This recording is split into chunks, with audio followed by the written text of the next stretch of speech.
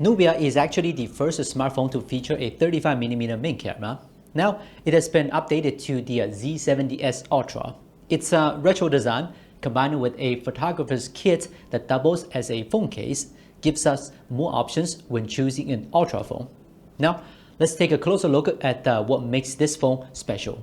Nubia doesn't follow others in design. When sitting alongside other brands, you can immediately recognize it.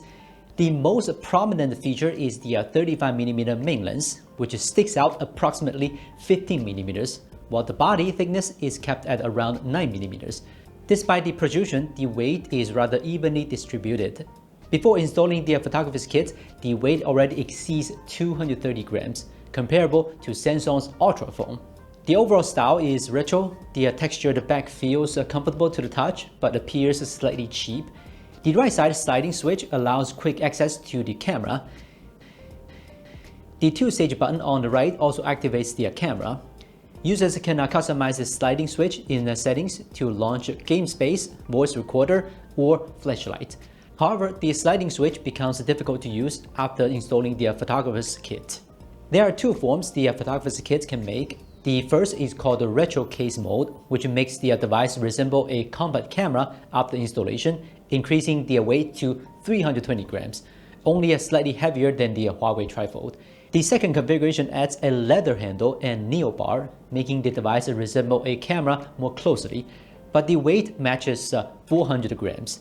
It can still fit in a pocket, although I recommend tightening your belt first.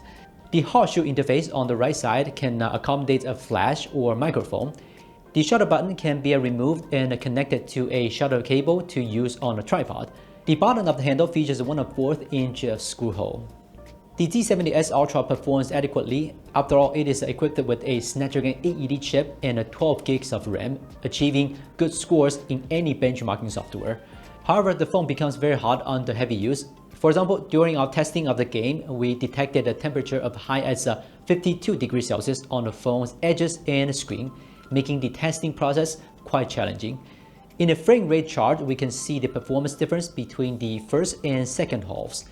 The first half is stable and consistent as a flagship phone's performance. In the second half, however, as the phone heats up, the processor throttles, affecting frame rate performance.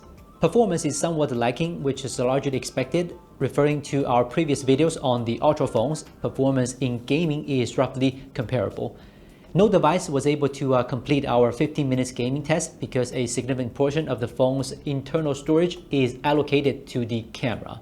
Now, let's check out its imaging capabilities. First, the 35mm primary camera features a f1.7 aperture and a 50 megapixel sensor. This allows it to deliver excellent image results both during the day and at night.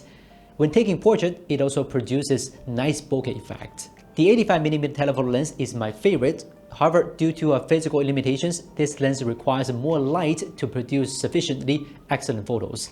Additionally, when shooting, you need to avoid direct light sources when taking images. Otherwise, your photos will have some glare, like these two photos, which will affect the final result. The wide-angle lens has a focal length of 18mm, which is narrower than most mainstream smartphones. If you compare them in actual shooting, you will notice that the 5mm difference makes a significant impact. The front-facing camera is almost perfect hidden beneath the screen. You can barely notice its presence. So does this photography performance as good as you expect? If we move away from the blinding light, the video recording is actually a bit better, but my skin looks very strange on the Nubia phone, but on the iPhone, it's a bit better. This phone's video recording is much simpler compared to other mainstream phones, with no complex log mode, but supporting up to 8K 30 or 4K 120. However, not all three rear cameras support such high specs. The 35mm main camera is the most capable, even enabling HDR at 4K 60. We created this chart to help you understand its shooting capabilities. Nowadays, it is rare to see such a complete screen on modern smartphones. If you use an iPhone, you will understand how rare this complete screen is. This is a 6.9-inch 431 ppi high refresh rate screen, but it does not support LTPO, which means it can only switch between 60Hz and 144Hz. The front-facing camera at the top of the screen is also well designed, making it nearly invisible under normal conditions. If you're curious about it, you can easily spot it under strong sunlight. However, when you turn to the front, it disappears. The quality of the phone's external speakers is also crucial. Therefore, we once again compare it with an iPhone.